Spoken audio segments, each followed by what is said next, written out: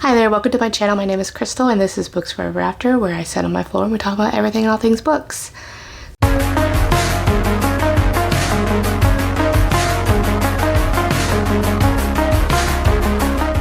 So today we're going to talk about my recent reads, and I'm kind of going to combine my January and February into one, and I'm not going to go really in depth into detail on my stats. I will probably do like a quarterly wrap-up review and such on my stats and my progress on my challenges and things like that. So today we're just going to talk about January and February. So January I read 10 books and I DNF'd one. And then I kind of I had such great reads in January, and then I hit a slump at the end of January leading into February. So I only read 6 books in February, and I also DNF'd one book as well. Didn't have as many 5 stars in February either. But that's just kind of what happens, and I mean, it is winter and gloomy. It kind of was bound to happen. But anyway, beginning in January, I had such a great first read for the start of the year, and that was From Blood and Ash by Jennifer L. Armentrout. This is a enemies to lovers, vampire / goddesses kind of fantasy, and it is truly at the same, has maybe not, I don't love it as much as ACOTAR, but it's right up there. So it is definitely a 5-star read, and even all-time fave tier level, so a 6-star read. I read the book 1, and then I also read book 2 and 3 in January. I was only planning on reading this first one, and I do only own the first one, but I definitely want to buy the other physical copies of the series and the sister series as well that kind of follows this. So I read, the second one was Kingdom of Flesh and Fire, and the third one was The Crown of Gilded Bones. The second one was definitely my favorite. That had a lot more tension, and the romance was even more part of the storyline in the second one. So very similar to ACOTAR, where the second one was really where the romance and the tension and everything. So that's where let's just say I was angry for Poppy at the end of the first one as well. So good. So this recap of this one is pretty widely known by now, but this follows Poppy, who is called the Maiden, and she is not allowed to be looked upon, so she wears a veil, and then she also can't be spoken to, and has to remain pure and everything like that. So all the patriarchy. And she has to do all this in time just waiting for something called the Ascension. And one night she decides that she wants to sneak out and live a little, and she has a encounter with a guard, or a royal guard, named Hawk.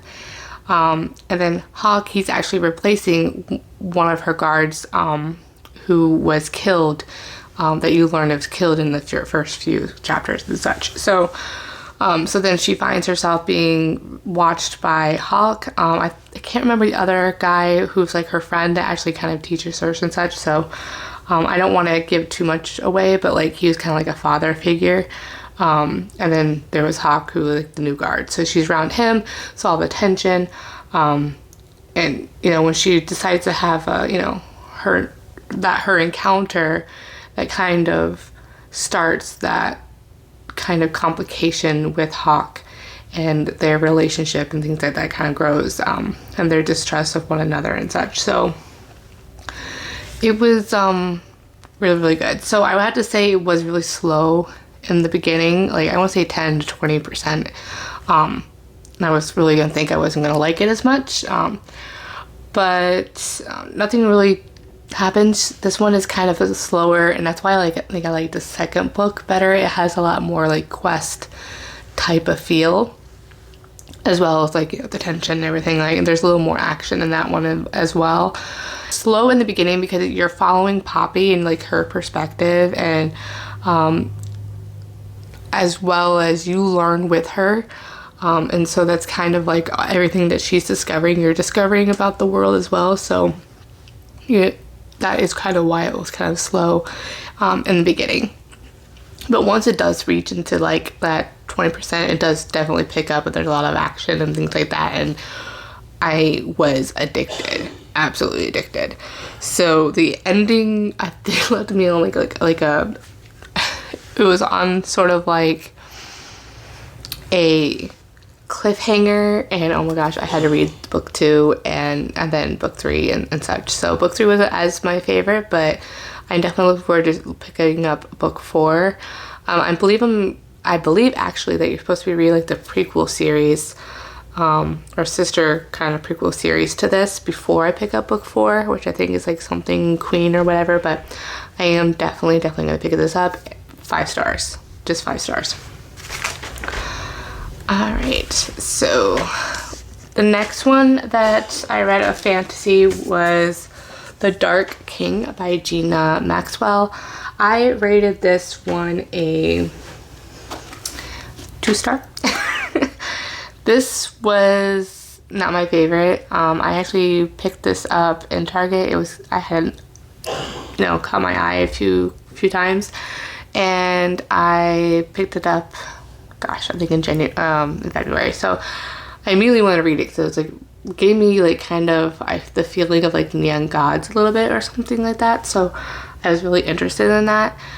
This is regarding following like a fae, and it's an urban fantasy in our world. I think it's kind of like in like Las Vegas actually.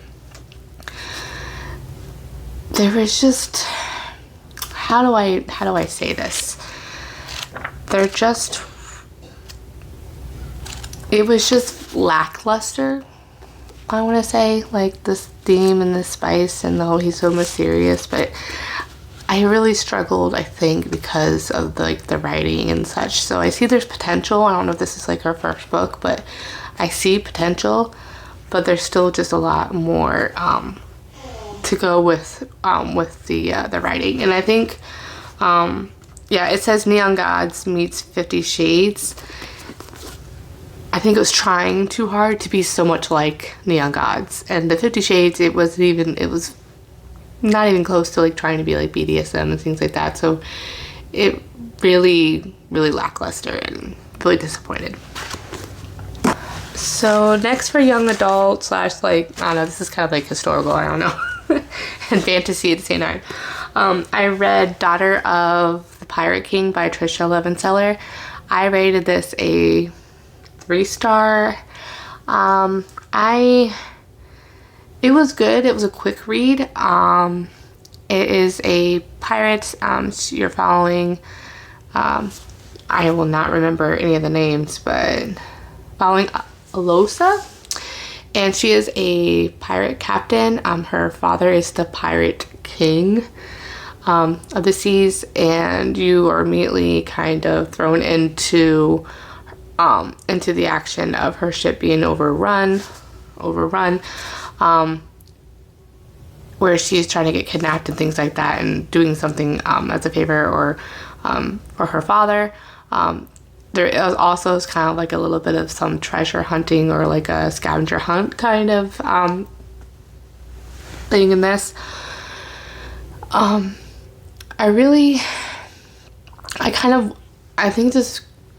really just wanted more. This one was just, she is like also, her mother was like a siren, and her dad is, the Pirate King. There was just,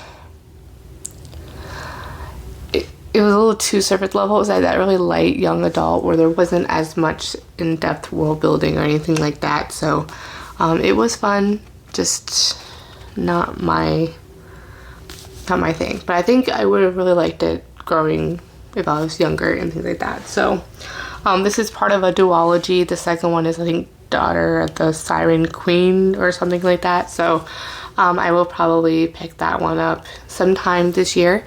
But I don't know if I want to like keep these kind of a thing. So we'll see. Next, I had read The Passenger by Alexandra Bracken. This is a urban fantasy sci-fi time travel. This is following the main character, and I am always horrible with the names, Etta. I think her name's Henrietta, her full name. And she's a violinist, and you are kind of meeting them at, or kind of introduced at like a concert that she's wanting to perform at, or where the action kind of happens and something ends up happening, getting her distracted, that she is thrust forward into some sort of time travel, kind of like portal kind of a thing. So it's also like a portal fantasy as well.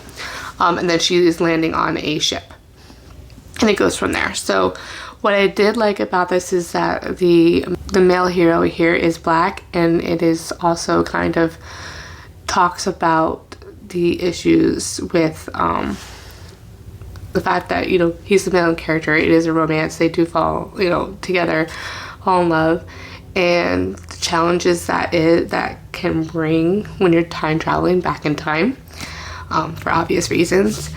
And he is also from the time period in the 1700s, so he's also a part of that that time period as well. So he is a free slave, and he also kind of like a guardian or something like that. He used to like time travel as well, and they're on a quest to save her mom.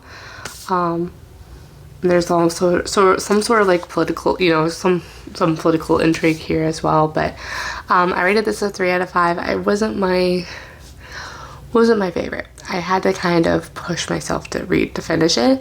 It was interesting. It's just I couldn't connect to the characters as much, and I don't know if it's also because I just couldn't really connect with the writers, the author's writing as well.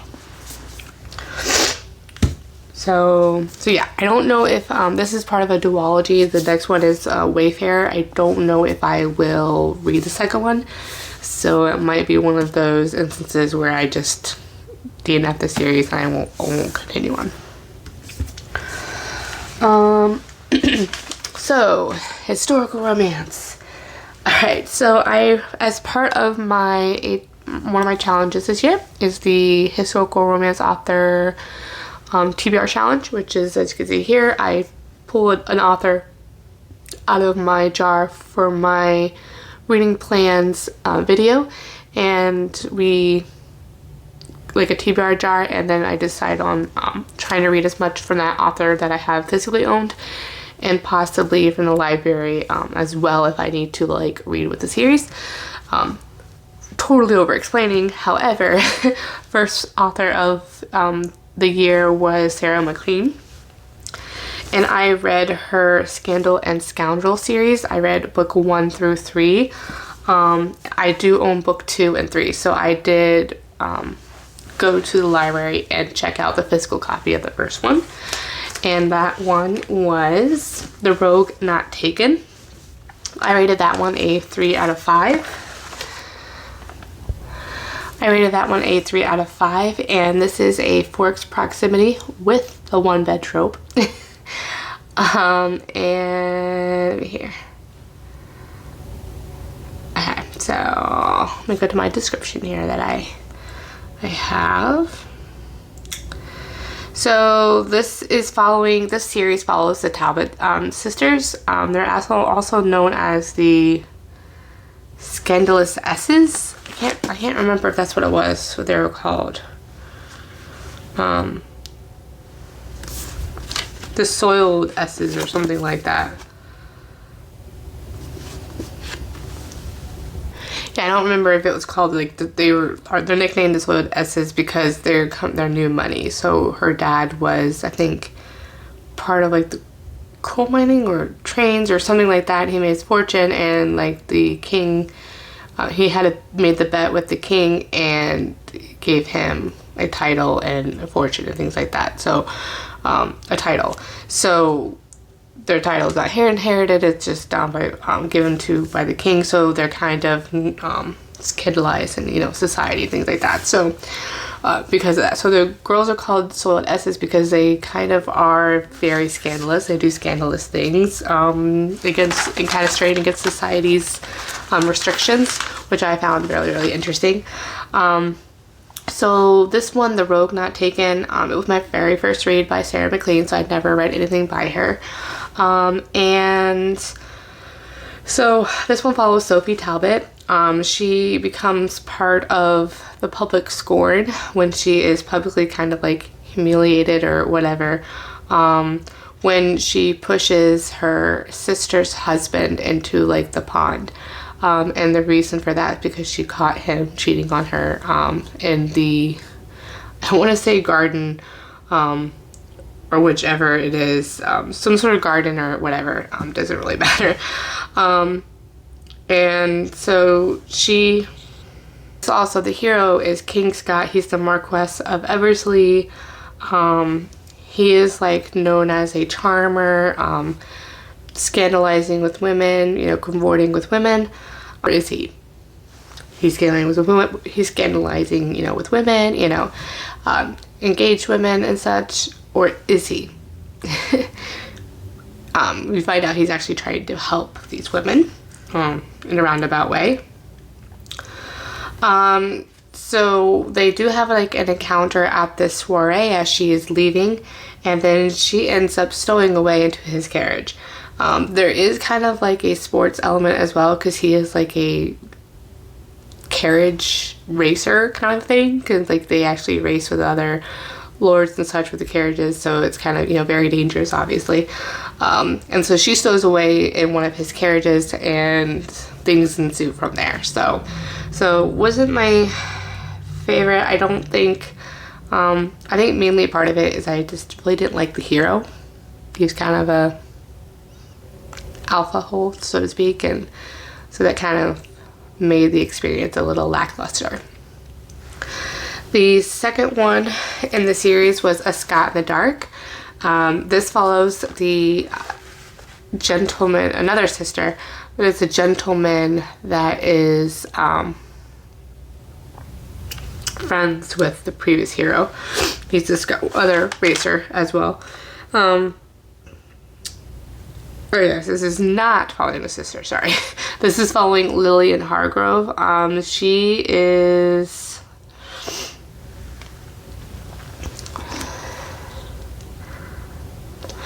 She is kind of also the victim of public scorn. She is involved with an artist, and she poses for one of his paintings, and then he kind of publicly announces that she has posed for him, and he's going to be releasing that soon.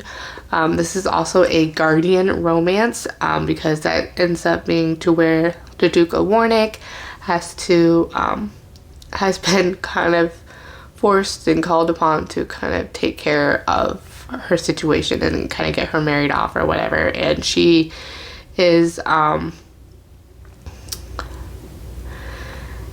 yeah, so she has been kind of tossed off to each guardian who has had this title, because each person that has had this title has like died. I think like nine of those people have died. So it's one of the hero is Scottish and he inherits the dukedom.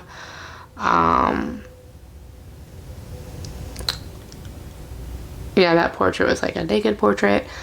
Yeah, I wouldn't say it's like an amazing romance, but it was fun to read. But I did really like end up liking it. I think mainly because it made me all those giddy feels and like the laughing out loud and things like that. So the witty banter was really really good in this, and I really appreciated that.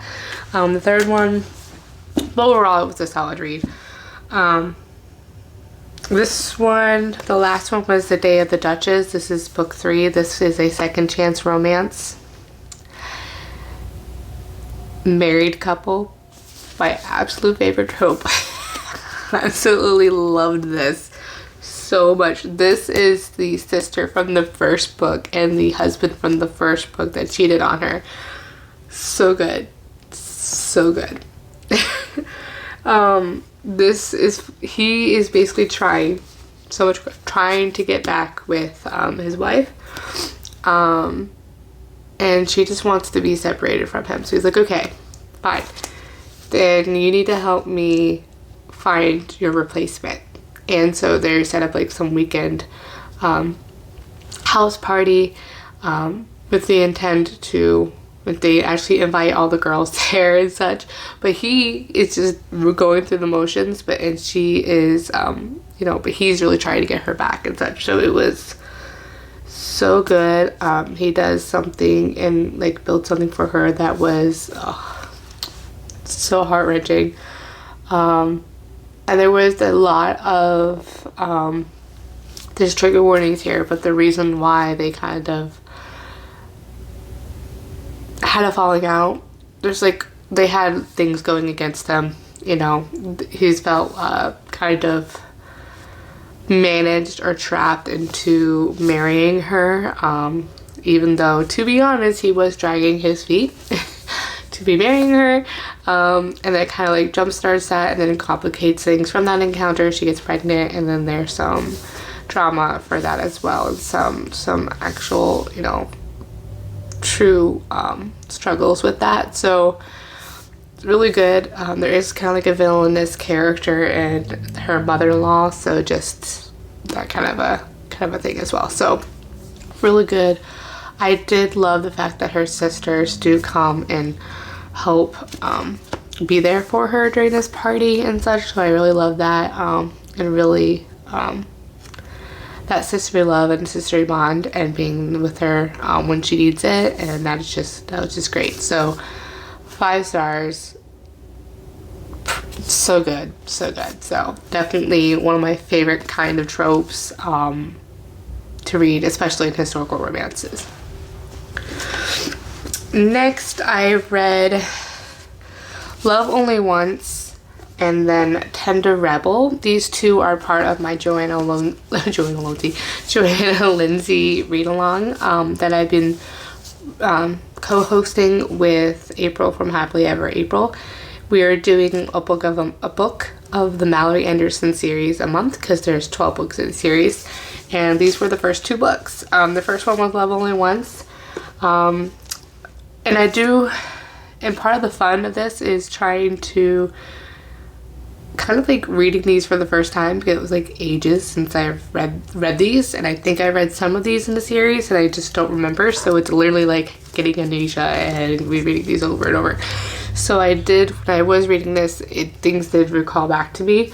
This was a 3 out of 5.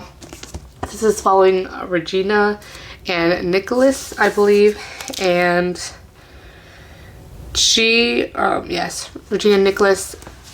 Regina is like the niece of all of these brothers, because they're kind of like her guardians, because her parents passed away when she was young, and Nicholas is kind of like playboy, doesn't want to grow up kind of a thing. He has a mistress, and one night she is going to and borrowing a carriage from his mistress and gets mistaken as her, and he was going to kidnaps his mistress as part of a joke or whatever, to get back at her, and ends up kidnapping Regina instead. Nothing brings her back to their home. Nothing does happen, but her reputation is ruined, and so he's kind of forced to marry her by her uncles. I think my issue, and I if you want to also get more in-depth details on these or feedback, I will link the lives down below for this one as well, so if you would like to watch that playback. But I think the main thing of this is it's truly like a bodice ripper kind of thing, but I really just did not like the main character, the male character. He was just no redeeming qualities. There wasn't, in this one there was a lot of telling and not showing, so it really was kind of boring because of that, which is kind of funny to say for a bodice ripper. There was a lot of kidnapping. I think the count was like at 2 or 3 kidnappings in this one. I'm sure. I can't recall. Alright, so this other one was Tender Rebel. This is following her uncle Anthony from the first one.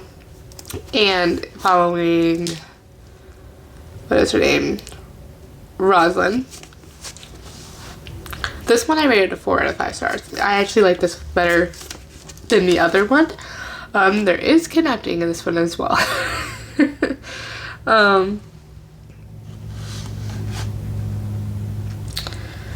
This one is, Rosalind is an heiress, and she is trying to get married for, due to her grandfather's dying wish. It's like a bedside promise kind of a thing. And she's also in the rush because of her cousin is trying to force her to marry him in any means necessary. And that's where the kidnapping kind of comes involved. And she ends up, marrying Anthony and such. And so yeah, I definitely liked Anthony a lot more than I did like the main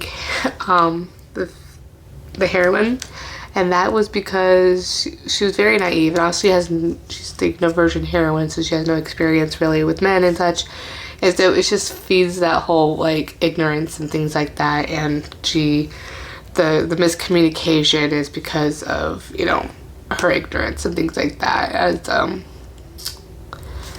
and such. But it does kind of, what I did like about that, and I also linked the life for this one as well, is it does bring to light like those kind of issues that do happen and when you're young and married and things like that, when you're first married and if you don't have it, when your first experience of with the relationship. So yeah, looking forward to the third book, which is Gentle Rogue, for March. So that one, I like her most popular series. I'm really looking forward to reading that one.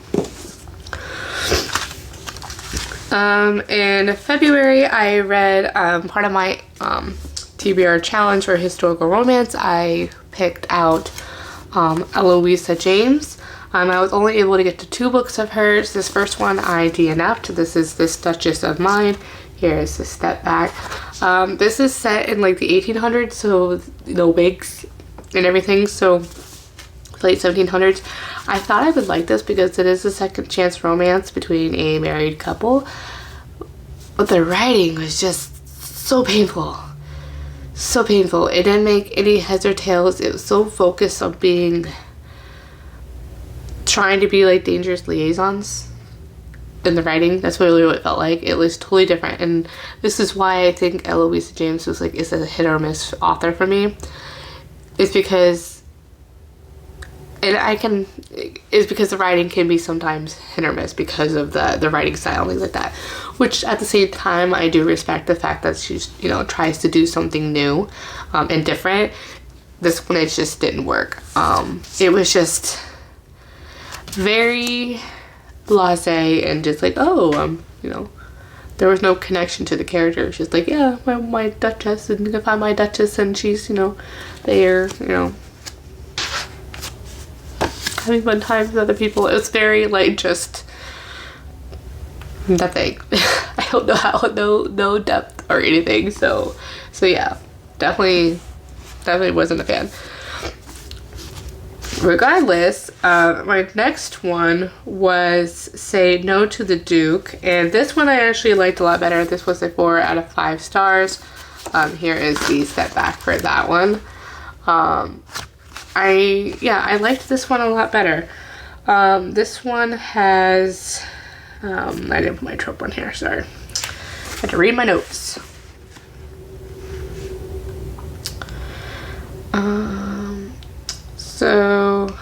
So this one is kind of following, I think it's like the Wilds or things like that. What's her name? I can't remember her name. I can remember her name. Betsy Wild. And it is also following Jeremy Roden. This is at like a house party that her parents are putting on. And she has accepted like the proposal of a duke or something like that, or is proposed by a duke. Hence say no to the duke kind of a thing. And Jeremy is also a ex-veteran as such, and he's also suffering from PTSD, so we have that representation. The heroine likes to play billiards. Is like a pro at playing billiards, which is pool, and yeah, so she is, what is really, really funny is she is playing billiards or something like that, and like her aunt is great. So funny. The aunt character was so funny. Kind of like sends him the duke down, and like it proposes to her in front of Jeremy, and I believe that was the aunt's intent as well, because I think she believes that they always had like some sort of relationship. I believe they had kind of like a friendship, her and Jeremy, the heroine, but he was pretending to drink while in there, and yeah, so he was like witness to that proposal. So very, very interesting. It kind of follows that kind of friends to lovers kind of vibe, and it was really, really good. I did like the banter in this one as well. Next, I read 1, 2, 3, 4, 5 contemporary romances. Let me find this one. This one I got a lot to say. So this one is called Embracing My Submission by Jenna Jacob. I had gotten this for free. I want to say there was like some special going on, like over 300 books and things like that. I forget what special. I saw it on Instagram. Anyway, I wanted to go through on my Kindle and go and read one of these. This one I DNF'd at 23%. It's a 1-star. Trigger warnings for sexual assault. So this is my rant. You can also see it on the Goodreads. This one was just clunky and very poor writing. It is set at a BDSM club, so that's why I thought I would really like it. The female character is named Emerald. And she's been having visions of a ghost-like woman and her dream man when she sleeps at night or right before bed. And he gives her strange messages, just weird. Then, when she goes to this BDSM club, the men all there call her, girl at the end of every other sentence. No diversity in the character differentiation between these characters. Felt like they were all the same. And the female character was just, in first 23%, was just essayed by a man that pretended to be of the lifestyle. So her first encounter with a new partner, she's been having trouble connecting with somebody since she, was like broken up with another dom. So she's a dom, they are a dom, she's a sub and such. So when this new person, or guy, she's essayed by him. Her daddy friend protector, Drake, and the club owner rush in. So Drake is her daddy protector, who he is also gay as well. So it's not he's not there for sexual reasons. He's there as her protector in this club. They did not do any protecting in this club. They supposedly rush on fresh in, but however, it seems very longer than normal.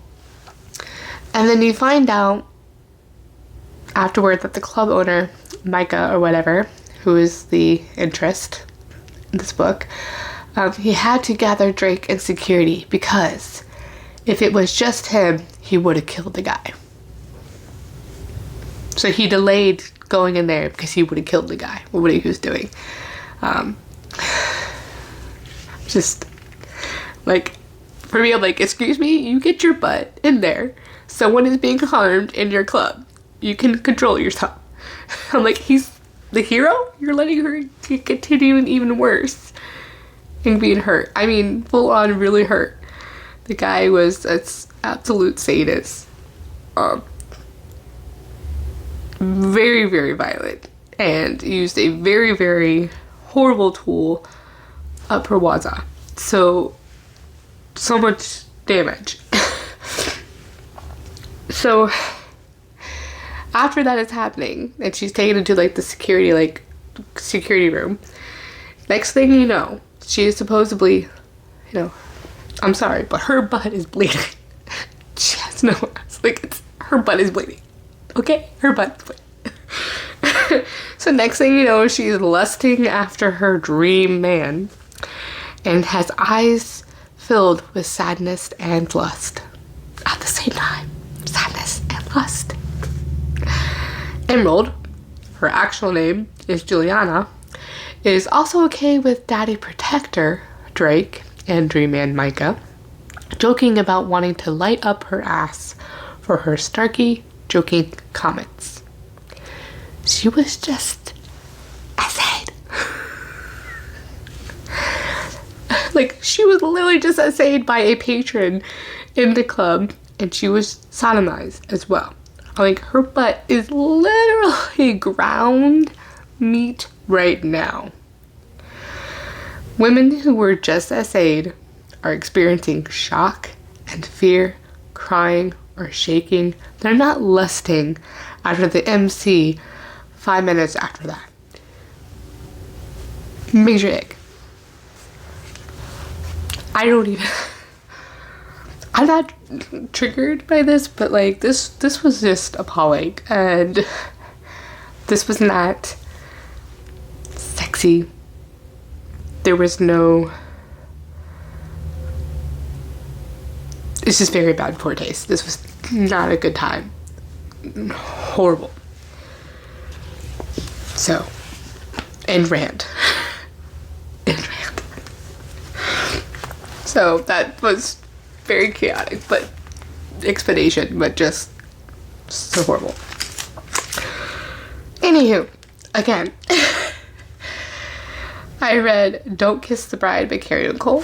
This was a 2 out of 5. I just didn't like it. I just didn't like it. It was, I would have to say, it's an age gap romance. And the heroine has a eating kind of disorder and such like that because of severe neglect and things like that. And, her mom is a hoarder and things like that. So she developed an eating disorder because of that, and she can't really keep anything down, just because she's learned to associate food with being spoiled or something like that. So very realistic. So realistic I turned my stomach. And she kind of gets the hero kind of, oh gosh, he's a mechanic. She's like literally just turned 18. She's still in high school, and he marries her for the convenience so she can get health insurance for her issues and things like that. So he does help her, get out of that house and to move in with him. And one thing that just kind of turned me off is this, he kept on comparing her for her age, but then they would get attracted to each other, eventually get with each other. So it's at the point he still sees her as a kid and such like that. So then it's comes the question of why are you together then? It's and the heroine seemed very immature, especially when, she was there for her age as well. So it kind of wasn't believable because of that. If you're going to have an age gap romance, and the heroine has to be mature and, kind of an adult, because then it comes to question, okay, you must be robbing the cradle then. Must be robbing the cradle. I know it's popular for some people on Facebook. They gave me a little bit of the ick as well. So I just didn't like it. Just didn't like it. But on the upside, the next 3 books I did like. I read The Auction by Maggie Cole. I received this actually free from an Instagram PR giveaway, which I was so lucky for that. This was released February 1st, and the second one, The Vow, is released March 1st, but it was actually released early, February 24th. It's like a billionaire romance, dark romance, you know, BDSM. There's an auction at like a club. The heroine inadvertently puts herself on and is selected by him. And they kind of like live together and things like that, and their romance ensues from that. She's very new to the lifestyle as well. She is the daughter of his business partner, so it's also forbidden a type of feel. This is a duet, and I need to read The Vow, so I have not read that one yet, but look forward to reading that. And it follows the same couple. Gave this a 4 out of 5. It was really fun, really fun. My first read by Maggie Cole, and looking forward to reading the next one. I will say the one thing that I did not like was that the character seems a lot darker than it fits for this story. So I feel like it should be a mafia romance, but it's not. So it kind of felt a little out of place, so to speak. But still a good read, and I am interested in seeing how book 2 turns out. Next, then I read American Queen. 5 out of 5 stars. So good. This is like a King Arthurian, like, contemporary retelling. You meet the heroine who, and it's also an MMF romance. Meet a heroine who is kind of becomes married, or is like dating. Becomes involved, I want to say, becomes involved with the President of the United States and his Vice President. So, it's very, very interesting. So it was really good. Looking forward to reading the second one, because it did leave off at like cliffhanger. The next one is American Prince. I think is in one American King. So I believe it's following the American Prince's perspective. I forget his name, but this one just follows is the one perspective. It follows the heroine's perspective, so I do kind of usually like it to follow 2 different perspectives, but that is what it is. But this one is by Sierra Simone as well. And then finally the last one is The Priest. So good. 4 out of 5. It wasn't the best, but the spicy scenes were definitely very spicy, and that interesting interactions on a altar made me relook at my Methodist upbringing. I'm not Catholic, but it's like, okay, maybe rethink my, yes. So yeah, it was a really good time. A lot of interaction with men. This is following the male character. I can never remember the name. He actually became a priest later in life based upon what had happened to his sister within the church, and it also follows the female character who is like a dancer, like a stripper, exotic dancer in a club. And so, she's new to town, and she one day walks into the church and goes and confesses everything to him, and it kind of leads to a little bit of like, am I attracted to this? I am. So yeah, really good. Just now, this teeters on basically just, to be honest, like, there's not much with the plot. There is some depth with the characters, what happened to his sister and such, but overall it was a good read. I think there's like 3 books in this, so I think Sinner and then Saint, so I will definitely probably eventually pick this up. Alright, so that is it. This is a long video. I'm gonna be cutting out so much. If you enjoyed this video, let me know down below if you've read any of these books, and I definitely encourage you guys to join our live, our read-along lives for the Johanna Lindsay read-along. So thank you for watching. Please like and subscribe and comment down below if you would like, and I will see you in the next one. Bye.